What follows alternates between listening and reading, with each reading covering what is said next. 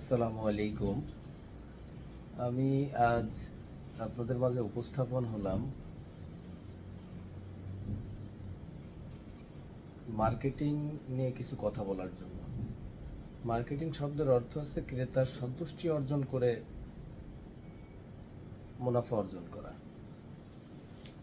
সেক্ষেত্রে একজন সেলসম্যান কাস্টমারের চাহিদার উপর গুরুত্ব দিতে হবে অনেক বেশি।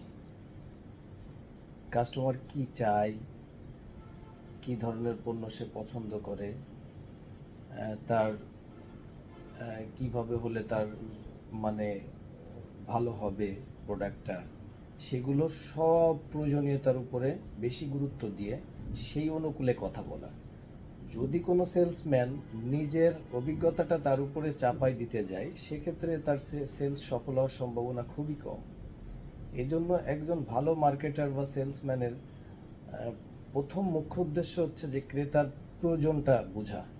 আসলে ক্রেতার চাহিদা কি, ক্রেতা কোনটা চায়, সেটা যদি সে অনুধাবন করতে পারে, সেই অনুযায়ী সে যদি তার থিওরি অ্যাপ্লাই করে বা সেই দুর্বল পয়েন্টগুলো সে বের করে সেইভাবে সে সামনের দিকে আগায়, আশা করা যায় অবশ্যই সে সেলসে খুব ভালো উন্নতি করতে পারবে বা সেই প্রোডাক্টটা সে সেল করে আসতে পারবে।